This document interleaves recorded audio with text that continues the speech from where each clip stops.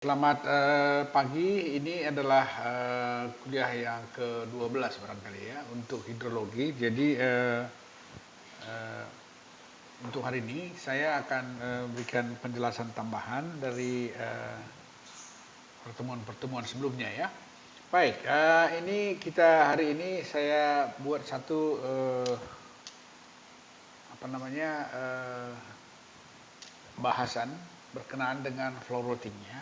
Artinya ini penelusuran aliran. Jadi kemarin itu kita sudah belajar tentang apa namanya hubungan antara curah hujan dan limpasan atau alirannya. Sekarang aliran itu sendiri itu adalah mempunyai karakteristik sendiri karena dia juga punya flow hydrograph namanya ya. Jadi artinya yang kita bicarakan di sini adalah eh, hidrograf aliran ya. Flow routing atau penelusuran aliran. Nah, jadi untuk ini saya mau sampaikan dulu bahwa sebelumnya kita sudah bicara tentang hubungan antara curah hujan dan limpasan ya. Nah, sekarang kalau di sungainya sendiri, maka itu limpasan itu bisa kita ukur, bisa kita uh, hitung berapa besarnya untuk titik-titik tertentu. Tetapi yang penting adalah pada titik pengamatan tersebut fix, ya, fix penampangnya sehingga bisa dihitung debitnya. Jadi debit itu biasanya seperti kuliah-kuliah sebelumnya itu kita per single event, ya, per single event kita hitung dengan memasang automatic water level record. Automatic water level record itu menghitung ketinggian muka air ya, ketinggian muka air. Kemudian secara secara bersamaan itu biasanya dilakukan pengukuran kecepatan aliran yang per segmen ya, bisa di beberapa segmen dengan memakai current meter biasanya. Jadi dengan adanya kedalaman dengan AWLR-nya, kecepatan kita kalibrasi, maka kita dapat data tentang debit, yaitu Q sama dengan V kali A ya. Jadi V-nya V rata-rata dari beberapa segmen yang diukur itu, kemudian A-nya berdasarkan kedalaman yang diukur dan lebar yang diukur di lapangan. Nah, jadi ini sama halnya dengan pengukuran yang dilakukan terhadap curah hujan. Kalau curah hujan punya stasiun sendiri, tapi kalau ini punya pencatatan sendiri. Nah, pencatatan debit ini atau limpasan ini itu sama pentingnya dengan pencatatan curah hujan. Dan perlakuannya juga, cara untuk menganalisisnya sama dengan kita menganalisis curah hujan dalam hal frekuensi analisis ya. Jadi oleh karena itu, maka di setiap saat kalau kita mau ambil curah hujan per hari gitu ya, berarti rata-rata dalam satu hari itu dia akan ada grafiknya, muka air itu akan berfluktuasi dalam satu hari itu. Nah, itu kita gambarkan setiap hari dalam bentuk rating curve seperti ini. Ya, gambar yang ini. Rating curve seperti ini kita gambarkan, itu hubungan antara H dan Q setelah kita kalibrasi kecepatannya ya.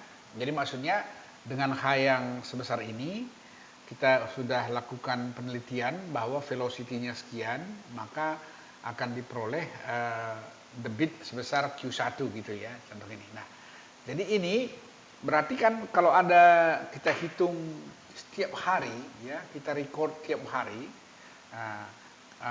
Karena sungai mungkin tidak seperti tidak seperti hujan. Mungkin eventnya hanya berlangsung 2 jam, 3 jam. Kalau sungai yang perennial namanya, yang tetap ada air, itu senantiasa ada debitnya kan.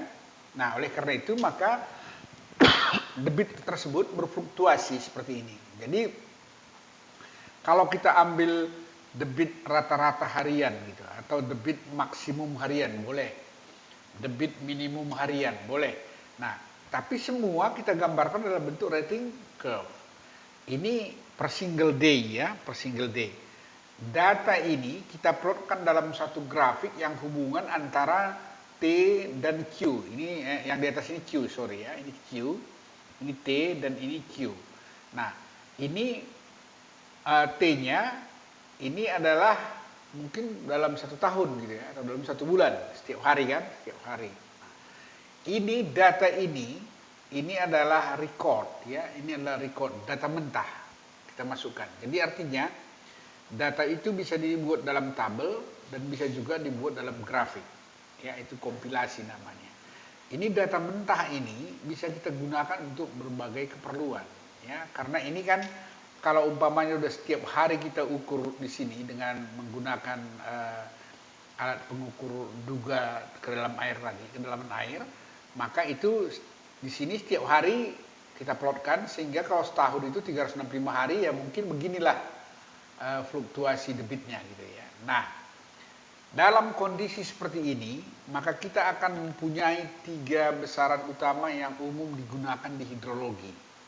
Ya, untuk keperluan-keperluan aplikasi hydraulic structure, untuk river channel improvement dan sebagainya ya. Itu pertama adalah debit minimum, debit rata-rata dan debit maksimum. Jadi oleh karena itu, karena ini kita record apa adanya, data, maka kita bisa dapat. Seperti ini contohnya ya. Ini debit minimum sebesar ini. Maksimum di sini, tapi ini pada tahun yang sekarang gitu ya. Tak 1 tahun. Tapi record kita kan kalau bisa kita perpanjang sampai 10 tahun, ini kan panjang, ini bisa 10 tahun gitu ya. Nah, hal ini sama pentingnya dengan menghitung atau mencatat ya, mencatat curah hujan. Nah, kalau curah hujan pada satu wilayah sudah kita takar bersamaan dengan pengukuran debit seperti ini, maka kita secara hidrologi itu mempunyai data atau aset yang berhubungan. Pertama adalah pada titik yang kita tinjau untuk mengukur debit ini, kita bisa lihat di map itu berapa luas catchment areanya atau watershed-nya.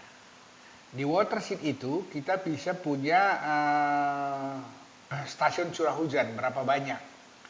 Nah, jadi dengan pencatatan hujan seperti itu, kita dapat record debit seperti ini, gitu ya, record seperti ini. Nah, inilah saya kira yang penting dalam hidrologi ini, bahwa kedua data mentah ini, yaitu curah hujan dan data debit ini, adalah merupakan data yang digunakan untuk forecasting ke depan ya, karena ini kan datanya semua kan pas masa lalu sampai dengan hari terakhir kita ukur gitu lah ya. Tapi kita akan gunakan ini untuk mendesain sesuatu yang kita butuhkan untuk beberapa puluh tahun ke depan gitu. Jadi kalau datanya itu melencengnya besar, maka nanti kita akan mendapatkan desain yang juga akan melenceng jauh gitu ya. Jadi oleh karena itu penting ini untuk diketahui. Nah, sekarang coba lihat yang sebelah kiri ini ya. Kalau misalkan ini ada satu sungai, kemudian ada cabang anak sungainya, katakan 3, 1, 2, 3. Masing-masing ini kan mempunyai flow hydrograph namanya, flow hydrograph. Flow hydrograph ini terhadap outflow ini kan sama dengan inflow, ya, data masuk. Jadi hydrografnya masuk seperti ini. Nah kan, ini hidrografnya seperti ini hidrografnya. Nah, bagaimana hidrograf di outflow-nya? Apakah betul jumlah dari ini tambah ini gitu, atau dia sedikit bergeser atau sedikit lebih kecil? Itu berarti kan kita harus punya satu analisa. Nah, analisa kira-kira di sepanjang aliran ini juga kan ada storage, simpanan ya, simpanan air. Apakah dia dalam bentuk kanal ya, atau dalam bentuk penampang ya, penampangnya, maka itu juga simpanan kan gitu ya.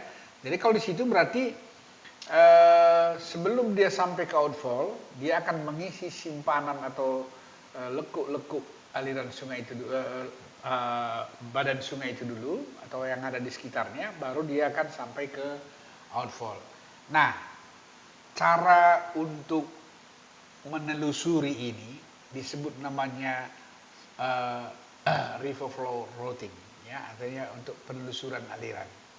Nah, jadi ingat sekali lagi bahwa setiap data yang kita peroleh itu, baik data hujan, limpasan, itu adalah data mentah yang bisa kita buat dalam bentuk kompilasi dan mencari hubungannya yang pada satu wilayah itu seperti apa ya. Itu yang penting di dalam hidrologi. Nah, sekarang dengan demikian berarti kita punya input hydrograph, kalau kita punya record yang cukup banyak, dan ada outfall hydrograph.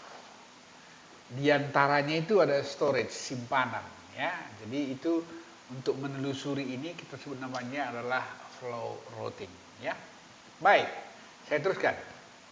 Jadi flow routing ini adalah penelusuran aliran, sebuah prosedur penelusuran aliran untuk mendapatkan hubungan antara waktu dan besarnya aliran, ya, seperti saya katakan tadi flow hydrograph.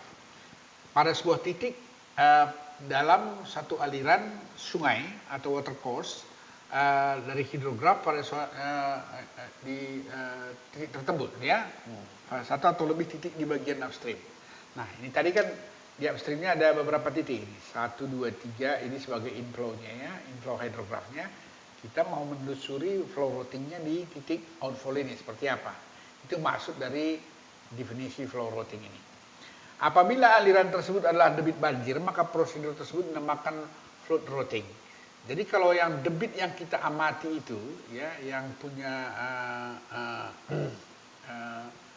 debit ini tadi, yang kita ambil semua adalah puncak-puncak ini, ya, itu, ya. Berarti yang kita amati adalah penelusuran tentang kejadian debit banjir, kan gitu. Ya, penelusuran kejadian debit banjir pada satu titik tertentu yang mungkin inflow-nya ada dari beberapa titik yang mempunyai hydrograph gitu, ya, yang punya record data gitu, ya. Nah, jadi oleh karena itu maka ini disebut namanya flood routing. Tapi kalau umpamanya hanya bukan banjir, berarti dia flow routingnya. Nah, dalam hal ini ada dua penelusuran yang harus kita bedakan. Satu namanya lumped routing, satu lagi distributed routing, ya. Apa bedanya ini? Kalau lumped routing ini adalah penelusuran aliran di mana aliran hanya dihitung berdasarkan fungsi waktu, ya. Jadi artinya dalam T berapa besar Q gitu, ya, Q dan T, itu aja hubungan antara ini. Jadi hydrographnya hanya antara T dan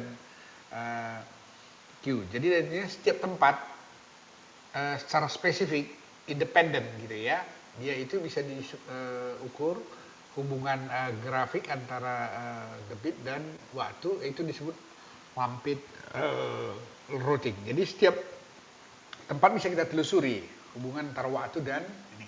Dan satu lagi distributed routing. Distributed routing ini itu dihitung berdasarkan fungsi waktu dan ruang. Berarti ada space, ruang, ya. Jadi ada ruang simpanan seperti saya katakan tadi, seperti sungai. Dia ada ruang kan antara titik 1 dengan titik 2, ada penampang, kemudian flow routingnya seperti apa. Karena kita perhatikan ruangnya, ya, tempat di mana air itu jatuh. Itu disebut namanya adalah distributed routing. Nah, oleh karena itu maka mari kita perhatikan bahwa dalam sebuah sistem hidrologi itu input atau IT, ya, kita bikin input I, dan outputnya itu adalah QT, dan storage itu ada S. Jadi seperti saya katakan tadi ada 3 parameter, satu input, kemudian ada output, kemudian ada storage. Adalah berkaitan satu dengan lainnya dalam persamaan kontinuitas yang kita sebut DS per DT sama dengan IT kurang QT. Nah, ini sudah kita lihat beberapa kali, ya. Nah, jika inflow IT diketahui, persamaan di atas belum bisa diselesaikan karena 2 parameter lainnya yaitu S dan Q tidak diketahui. Ya, Itu benar. Nah, jadi oleh karena itu dibutuhkan hubungan lainnya seperti fungsi simpanan atau storage function yang mengaitkan S, I, dan Q. Menghubungkan fungsi simpanan dan persamaan kontinuitas memungkinkan penyelesaian dua bilangan anu tersebut. Nah, secara umum fungsi simpanan dapat dituliskan sebagai berikut. S sama dengan fungsi I, turunan pertama dari I, turunan kedua dari I terhadap waktu, dan juga Q ya. Jadi fungsi ini disebut namanya adalah S sama dengan fungsi Q. Nah, jadi S sama dengan fungsi Q ini karena tadi kan ada storage ya. Jadi storage itu kita misalkan aja seperti simpanan di reservoir ya. Nah, jadi bisa reservoirnya itu tanah atau bisa juga reservoirnya itu palung sungai itu sendiri ya. Tetapi untuk memudahkan kita berhitung, maka ini kita bedakan. Yang satu sifatnya adalah storage reservoir, dan satu lagi sifatnya adalah storage kanal, dan satu lagi adalah storage dalam dalam seri ya. Artinya setiap section mempunyai simpanan tertentu gitu. Jadi prinsipnya adalah ada inflow, ada yang tertahan, itu storage namanya, ada yang keluar, itu namanya outflow. Jadi tadi kan sudah saya jelaskan bahwa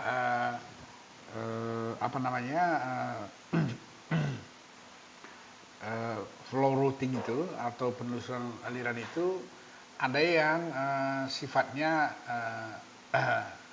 lompit, ada yang distributed ya. Nah, sekarang coba kita perhatikan ini. Yang pertama, ini adalah specific form of storage function. Ini artinya kalau kita buat tadi kan ada 3 ya. Ada inflow, ada storage, ada outflow, ya kan? Nah, sekarang ini kita bercerita tentang storage-nya, artinya tersimpan. Nah, jadi biasanya ini modelnya kalau tersimpan ini model reservoir ya, disimpan di reservoir baru dirilis gitu ya. Kemudian ada yang tertinggal, ada yang masuk. Yang masuk itu biasanya adalah hydrograph inflow-nya. Nah, jadi ini biasanya adalah model linear, S sama dengan fungsi dari Q gitu. Jadi artinya storage itu fungsi dari pengeluaran, artinya keluarnya berapa sehingga tersimpan berapa gitu. Nah, fungsi Q diperoleh dari hubungan antara simpanan storage pada reservoir dan outflow pada elevasi muka air. Jadi biasanya kalau kita sebut storage itu biasanya direpresentasikan oleh elevasi muka air saja, karena luasnya kita dengan elevasi sekian, luasnya tahu, berarti tahu volumenya, itu storage-nya ya. Nah, kemudian yang kedua, ini yang kita sering jumpai sehari-hari, itu adalah sungai. Sungai itu atau aliran itu kan ada simpanannya, penampangnya itulah tinggi air kali kedalaman kali panjang untuk section tertentu, itu kan simpanan. Kemudian kalau pas lagi banjir gitu ya, pas lagi banjir, muka air di upstream ini atau inflow-nya lebih besar dari outflow-nya gitu kan. Maka kan ada tambahan isian yang bentuknya seperti segitiga gitu ya, atau seperti pasak gitu ya. Nah, ini dikenal juga dengan metode Muskingum ya. Metode Muskingum ini dikenal sebagai salah satu flow routing untuk channel atau aliran pada kanal atau sungai ya. Nah, kemudian ada satu lagi linear reservoir model. Ini linear reservoir model ini pun sama seperti yang di atas, S sama dengan K kali Q gitu. S sama dengan K kali Q. Nah, mari kita lihat bagaimana menelusuri ini. Kita mulai dari yang pertama, bahwa reservoir routing itu merupakan input, storage, dan outflow. Jadi ini model ya. Nah, coba perhatikan ini hubungan antara inflow dan outflow. Jadi dalam lampit routing ini kira-kira seperti ini. Yang sebelah kanan ini kan hanya T, waktu. Ke atas itu inflow dan outflow. Nah, jadi ada dua hidrograf, satu inflow, satu outflow. Nah, coba perhatikan ya. Baik. Jadi ini adalah merupakan hidrograf inflow. Berarti I ya, I sama T. Artinya apa? Untuk waktu tertentu, maka inflow-nya adalah seperti grafik ini, gitu ya. Ini. Jadi katakan untuk T sama 1, 2, 3, 4 dan seterusnya gitu ya. Maka dia inflow-nya begini. Kemudian outflow-nya itu adalah yang dikeluarkan, yang keluar. Itu adalah seperti grafik yang di bawah ini gitu ya. Nah, ini artinya apa? Ini artinya kan yang sebelah atas ini selisih antara luas hidrograf yang ini dengan luas hidrograf ini itu kan simpanan, ya. Nah, jadi sekarang coba perhatikan ini ya. Ini R itu adalah perpotongan antara outflow dan inflow. Jadi ini artinya sebenarnya adalah merupakan outflow maksimum, di mana berpotongan hidrograf inflow dengan hidrograf outflow, maka itu adalah merupakan outflow paling besar. Nah, jadi dalam hal ini ya ds per dt sama dengan 0 kan gitu ya. Nah, ds per dt sama dengan 0 karena sama, masuk sama keluar sama gitu, masuk sama keluar sama. Nah, kalau diperhatikan selanjutnya sebelah sini kan outflow-nya sudah lebih besar dari inflow, tetapi dia mengambil storage yang ada di dalam ini gitu. Nah, jadi lampit routing atau penelusuran debit pada satu watershed itu bisa dilakukan di beberapa titik tertentu atau di tempat di mana kita mau buat satu retarding basin atau mau buat satu reservoir gitu ya. Jadi itu dia nggak mewakili seluruh wilayah watershed itu, tetapi hanya dari titik di mana kita buat itu kita amati hubungan Q, I, dan T. Itu namanya lumpit routing. Nah, ini penting untuk mendesain outflow. Nah, sekarang coba kita ya. Ini namanya invariable relationship. Ya, invariable relationship, karena dalam hal invariable relationship ini kira-kira yang terjadi seperti ini. Satu, reservoirnya luas, dalam dan dalam. Jadi ini waduk lah, ini waduk ya. Jadi reservoir tampungan itu waduk, luas dan dalam, dan karena luas dan dalam velocity-nya hampir tidak ada atau kecil sekali, bisa dianggap sama dengan 0. Itu asumsi pertama. Yang kedua, debit fix untuk elevasi muka air yang diketahui. Jadi artinya begini, kalau elevasi muka airnya sama dengan 10 gitu ya, itu debit keluarnya fix. Kalau debit keluarnya fix artinya apa? Berarti keluarnya itu nggak dikendalikan. Atau kalaupun dikendalikan, kalau ada pintunya ya, itu pintu itu berada pada weir yang fix gitu. Nah, jadi C, pintu outlet reservoir tidak dikendalikan atau diatur dengan pintu pada posisi yang fix. Nah, jadi artinya dia tidak bervariasi gitu ya. Nah, D, debit puncak outflow terjadi ketika hidrograph outflow memotong hidrograph inflow karena storage maksimum terjadi ketika ds per dt sama dengan I kurang Q sama dengan 0. Itulah titik R sama P itu ya. Titik maksimum storage R dan titik maksimum outflow P. Itu berhimpitan di satu tempat. Nah, ini flow routing seperti ini. Tujuannya apa? Tujuannya adalah mendesain kapasitas tampungan reservoir. Ya, mendesain kapasitas tampungan reservoir atau waduk atau detention pond seperti itu ya. Nah, jadi caranya adalah seperti grafik ini. Jadi apa syaratnya? kita harus punya data inflow hydrograph ini, yaitu hubungan antara inflow dan waktu.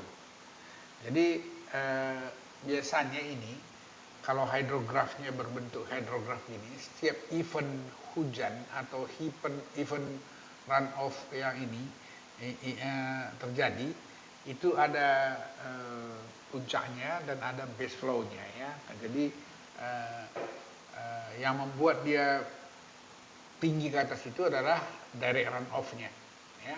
Nah, jadi kalau dalam hal ini di bawah ini ada base flow-nya, kemudian yang ini semua adalah direct runoff. Event-event yang diakibatkan oleh hujan ya. Nah, ini kalau kita lihat hubungan antara storage ya, storage dan queue. Nah, ini kan, ini simpanan, ini outflow.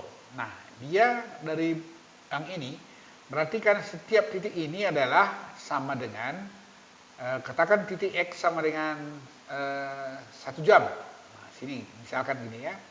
Berarti ini storage-nya adalah sama dengan ordinat inflow dikurang ordinat outflow, dapat di sini. Gitu. Ya. Begitu seterusnya sampai akhir dari recession dari kedua hidrograf ini sehingga kita dapat kurva ini. Nah, inilah hubungan antara storage dan queue. Jadi dengan demikian, kalau kita mau desain outflow queue-nya adalah sebesar ini, berapa storage-nya perlu? Segini. Gitu.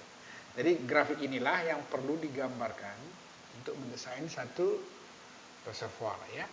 Baik. Kita lanjutkan yang kedua. Itu adalah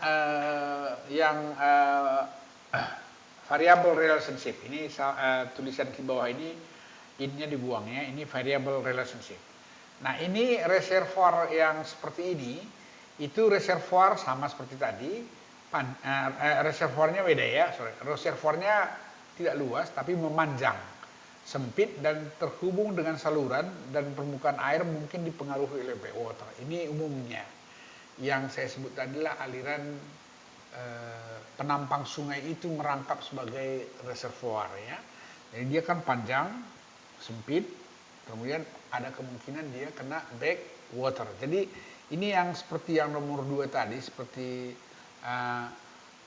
yang barusan kita bicarakan itu metode Muskingum ini ya. Jadi artinya dia modelnya reservoirnya luas.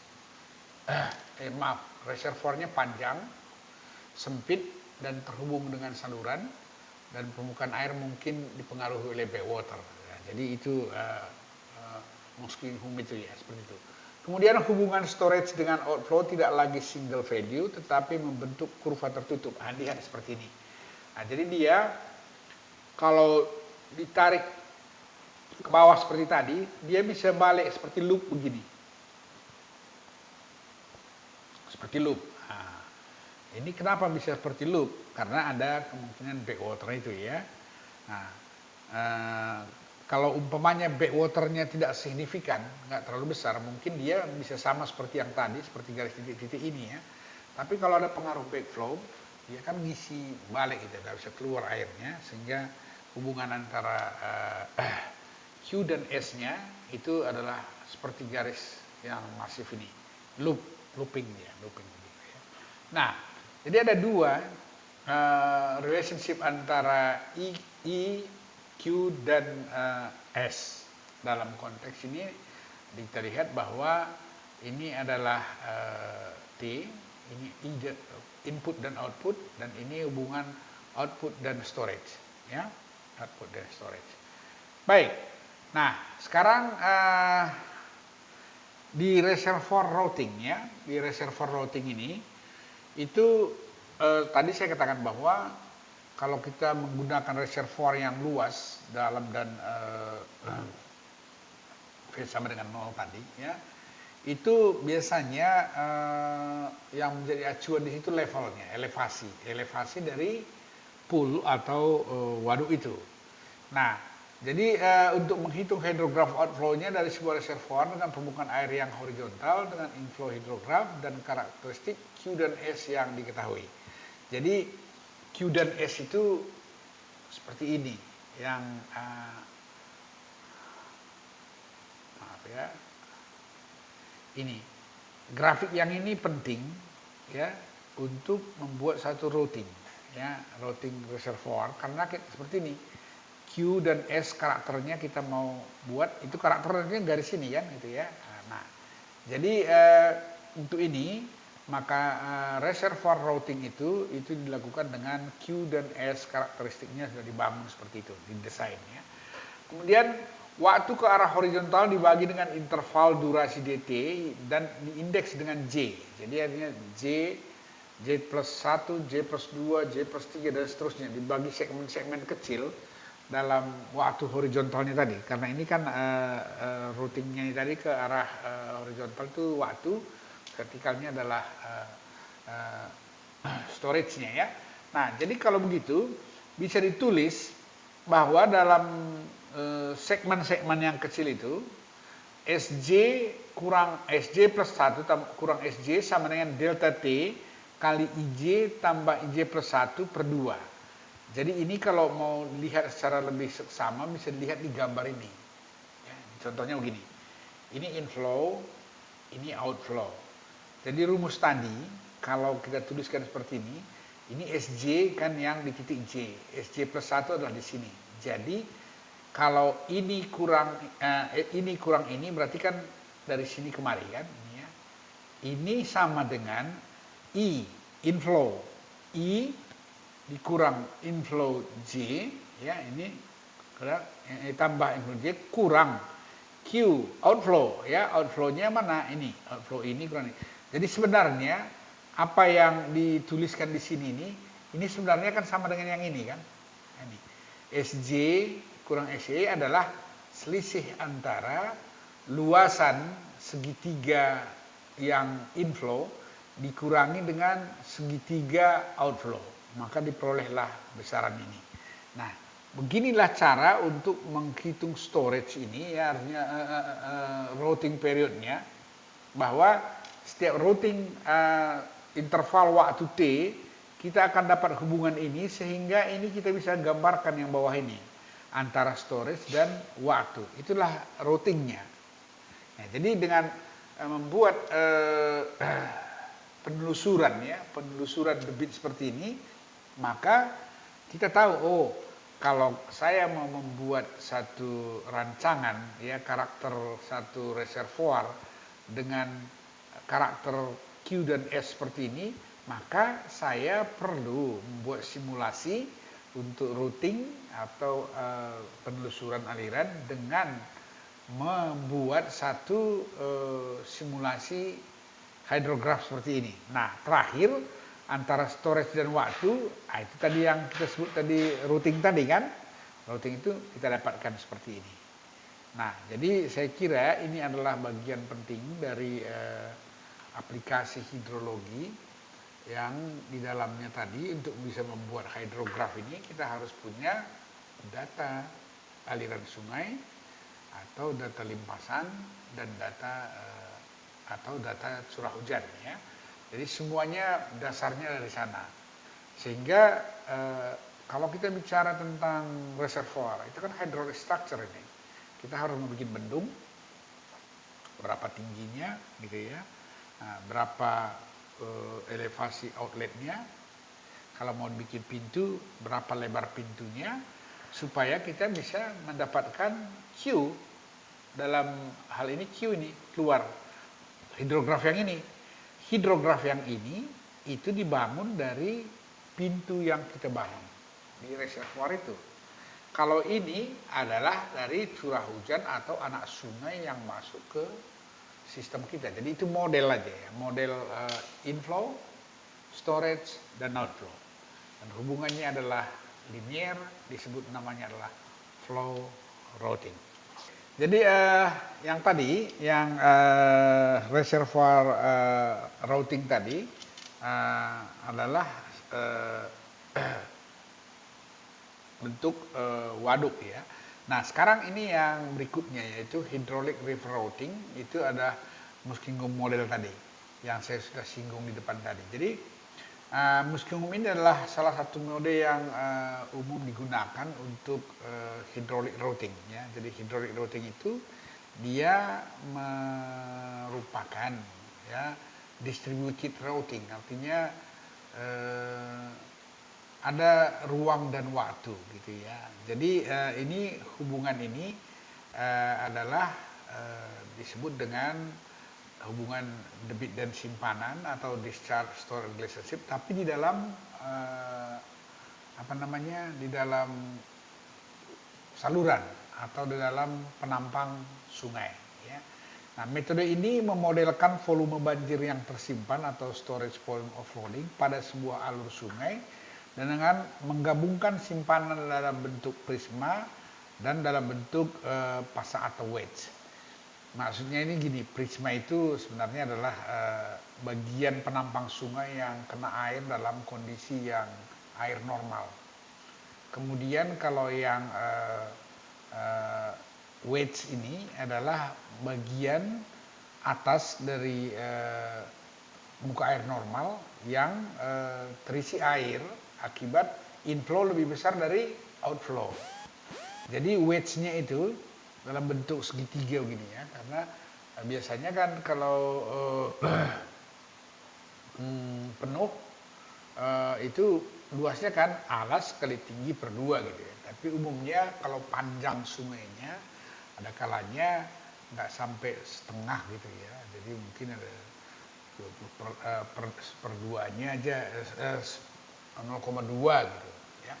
Nah, yang terisi. Tapi intinya adalah storage atau simpanan itu adalah simpanan dalam penampang sungai dengan muka air normal plus simpanan yang mungkin terjadi apabila inflow lebih besar dari outflow. Jadi dia membentuk wedge, itu ditambahkan dua-dua, itu total simpanannya ya. Jadi pada saat banjir di mana hal itu terjadi, tapi pada saat recession, artinya banjirnya udah berhenti, mungkin juga wedge-nya negatif gitu ya. Nah, di sebelah hilir tinggi, di sebelah sana sudah rendah gitu, jadi wedge-nya bisa negatif. Jadi model ini disebut namanya model Muskingum yang dibuat seperti ini ya. Kita lanjutkan ya. Jadi hydraulic river routing untuk Muskingum model ini itu kira-kira modelnya seperti ini ya, seperti yang tergambar di slide ini. Perhatikan ini penampang yang penampang sungai yang kita sebut prisma itu adalah yang titik-titik ini ya, yang titik-titik ini sama penampang yang parabola ini. Ini sama titik-titik ini air normal, ini terus sampai ujung sana, ini adalah volume simpanan pada air normal. Jadi kalau air normal jalan saja pun untuk setiap panjang segmen ini itu ada tersimpan air sebesar ini, sebesar prisma ini ya. Yang dalam model ini itu besar simpanannya K kali Q. K itu adalah proporsionalitas ya. Jadi proporsionalitas itu adalah ini kan sebenarnya Q di volume itu kan sama dengan Q dikali dengan luas penampang ini, itu kan sama dengan volume ya. Nah, jadi panjang ini berapa yang tersimpan. Nah, kemudian wedge tadi itu ini umpamanya kalau I kurang Q gitu. I kurang Q itu positif. Berarti dia kan ada yang lebih besar dari penampang normal. Sehingga simpanan ini ya bertambah di segmen saluran ini. Nah, begitulah model ini dibangun sehingga ini bisa dituliskan bahwa volume ini sebenarnya adalah dua segitiga ini kan, dua segitiga ini kali ini bagi dua gitu ya. Nah, itu bisa dibuat dalam bentuk yang sederhana dengan memperkenalkan K ini, K X I kurang Q. Kalau ini K kali Q karena ini Q-nya memang sebesar ini kan full ya. Ini I kurang Q. dikali dengan K, X. X-nya ini adalah mewakili, ya, itu weighting factor itu, ya kalau umpamanya segitiga kan setengah alas kali 2, berarti dia 0,5 kan gitu ya. Tapi kalau umpamanya weights-nya nggak sampai ke ujung, mungkin hanya sampai sini, mungkin nggak sampai 0,5. Jadi makanya dibikin weighting faktornya itu antara 0 sampai 0,5. Nah, sekarang berapa besar storage ini? Gabungkan ini dua-dua, ini tambah ini kan gitu kan. Jadi storage-nya itu inflow-nya ini, outflow-nya ini gitu. Q. Jadi inilah model dari Muskingum ini yang digunakan untuk menganalisa routing atau aliran, ya, menelusuri aliran dengan melihat berapa yang tertampung di sungai ini, berapa yang mengalir kalau banjir, kira-kira berapa volume yang bisa ditampung dan bagaimana persamaannya. Nah, jadi oleh karena itu secara garis besar maka storage itu adalah S KQ tambah KX 1 kurang Q, itu ini tambah ini, ya. Nah, kemudian S, atau ini disederhanakan bisa tulis seperti ini, ya. Nah, tadi kan kita buat di hydrograph tadi kan J itu adalah segmentasi dalam waktu T, ya.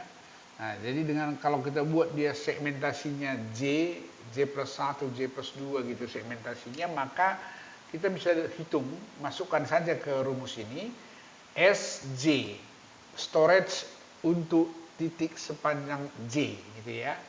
Nah, kalau J-nya 1 menit, berapa di mana posisi L-nya gitu dapat ya. Itu besar storage-nya ini. SJ tambah 1. Kalau J-nya itu harus sama semua ya, kalau memang sudah dibikin segmennya 1, 1, 1, 1, berarti yang ini yang J2, 3, 4 gitu. Nah, kita peroleh besaran ini. Nah, kalau mau dituliskan dalam bentuk hydrograph tadi, hydrograph itu hubungan antara debit dan waktu, ya. Maka bisa digambarkan bahwa kalau lah misalnya ya, SJ plus 1-nya adalah di sini, SJ-nya adalah di sini, maka volume yang ada, storage yang ada di antara titik ini dan titik ini adalah digambarkan dalam bentuk ini, yaitu SJ plus 1 kurang SJ sama dengan delta T dikali inflow. Nah, karena ini sudah masuk di ini ya, seperti ini ya, inflow. Nah, ini adalah outflow. Jadi kalau umpamanya J kita bilang itu kalau di Muskingum ini itu di titik ini, gitu kan. Kalau J plus 1 di titik ini, nah gitu. Jadi J plus 1 di sini, inflow. Outflow-nya mana? Nah, outflow-nya ini. Jadi dalam rumus kita ini, outflow-nya adalah Q kan? QJ, Q di titik ini, tambah Q di titik ini, bagi 2. Jadi itu semua adalah luas segitiga. Ini dianggap segitiga ya, disederhanakan. Untuk outflow sama inflow. Jadi dengan demikian untuk model untuk Muskingum ini itu bisa dilihat dalam bentuk outflow adalah outflow pada titik Q plus 1 sama dengan C1 tambah C1 kali LJ tambah 1 tambah C2 LJ plus C1 kali QJ, ya. Nah, ini besar Q1, Q2 dan Q3 bisa dihitung dengan cara seperti ini. Nah, saya ulangi modelnya itu tadi, ini rumus yang tadi, ini rumus model dari Muskingum ini, dan C1, C2, C3 adalah sama dengan rumus ini, ya, dalam fungsi K dan X. Ingat ya, K-nya itu adalah proporsionalitas dari penambang, kemudian X itu adalah antara 0 sampai setengah, 0,5, dan itu semua dalam fungsi delta T. Nah, C1 tambah C2 tambah C3 itu harus sama dengan 1. Jadi dari kondisi seperti ini maka nilai K itu adalah proporsionalitas, itu bisa dituliskan dalam bentuk persamaan ini. Nah, saya kira ya ini bisa dibaca lebih jauh di dalam buku hidrologi, bagaimana model-model hidrologi yang dipergunakan untuk routing ya, untuk penelusuran banjir, penelusuran debit, kemudian penelusuran banjir dalam kaitannya untuk merencanakan reservoir, atau penelusuran banjir dalam kaitannya dengan normalisasi penampang sungai seperti Muskingum ini. Nah, kalau penampang sungainya kita normalisasi, berarti luas prismanya, K-nya kan berubah kan, nah, K-nya itu berubah. Jadi dengan K yang berubah, kita bisa tahu kira-kira ya berapa daya tampung atau storage dari sungai tersebut, sehingga kalau ada debit yang datang dari record kita, maka kita tahu bahwa sungai ini dalam segmen ini permukaan airnya akan seperti ini gitu. Yang menambahkan wedge-nya ini ya, wedge akibat banjir itu. Jadi saya kira ini yang penting ya, untuk perlu dilatih untuk bisa membuat satu model penelitian atau model hidrologi yang dalam routing atau penelusuran debit atau penelusuran banjir. Jadi perencanaan reservoir, penelusuran banjir, normalisasi sungai, kemudian dalam hal seperti ini kalau kita mau buat perubahan dimensi penampang, itu perhatikan ini, nanti Q-nya nggak sanggup ditampung oleh penampang itu, dia akan berpengaruh terhadap prisma sama wedge-nya ya. Jadi biasanya kalau ada jembatan ya kan, atau drainase ada gorong-gorong, ada culvert gitu, itu bisa mempengaruhi tampungan dari tampungan dari saluran. Jadi oleh karena itu maka dalam flow routing ini untuk sampai saat ini saya sudahi sampai sekian.